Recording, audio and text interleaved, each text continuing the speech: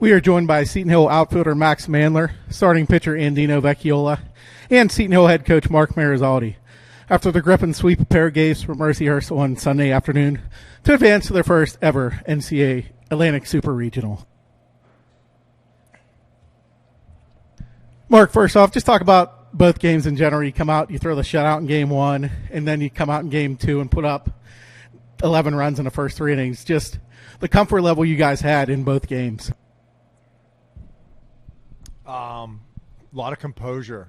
I told our guys before the game today that all the pressure was on the other team.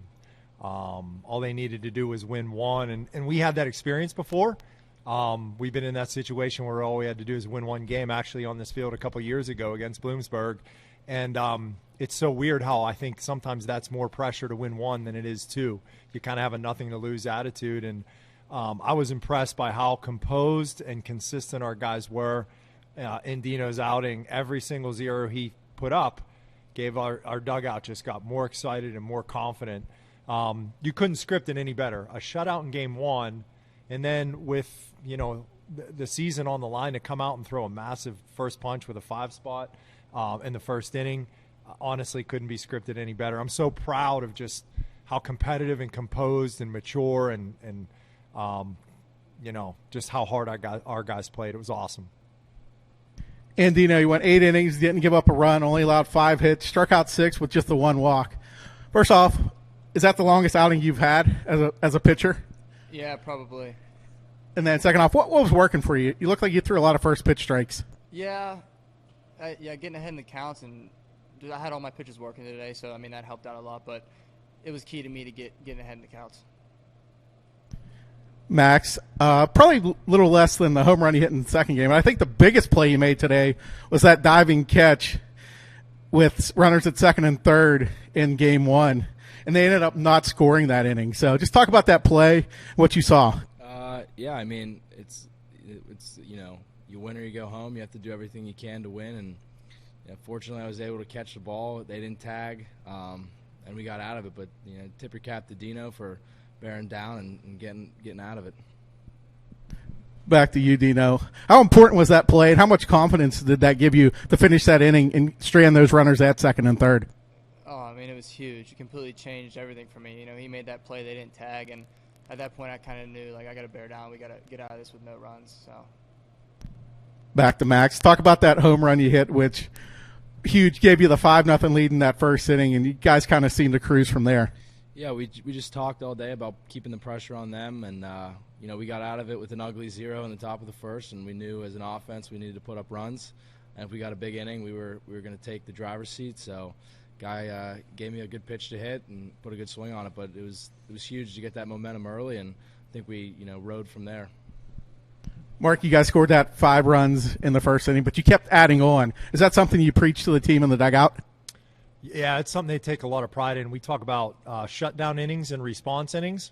So when we put a 0 up on defense, we're trying to win that inning.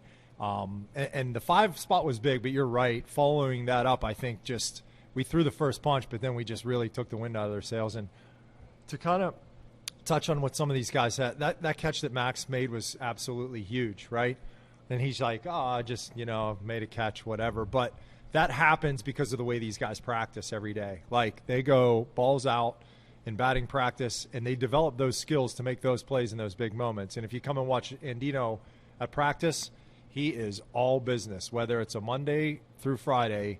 He's very methodical, very particular about how he prepares himself to pitch every day. So those of us that are around these guys every day, those are amazing plays and amazing outings, but we're not surprised because we see all the investments they put into their game. And you're a guy who is a pitcher, so you're not out there all the time. You could parade it out infrequently. These guys play every day. What's your reaction to Coach when he says he's just really impressed with how you guys didn't crack, or you just basically went at business as usual? That's a pretty good compliment.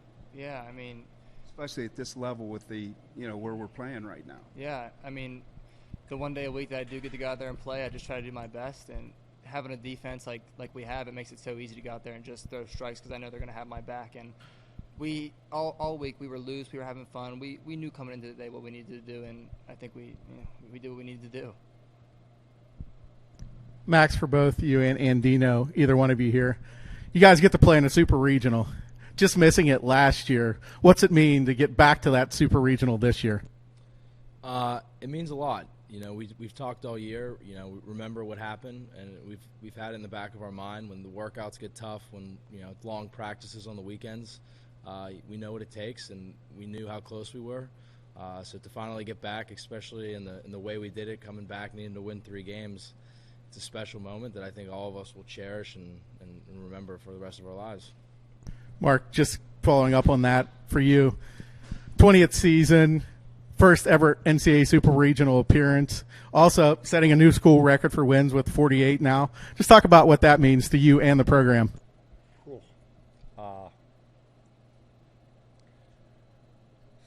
It's hard to put into words. This season is a culmination of so many things. What's special is playing in a huge game like this and looking up on that hillside and seeing all the support, especially from our alumni.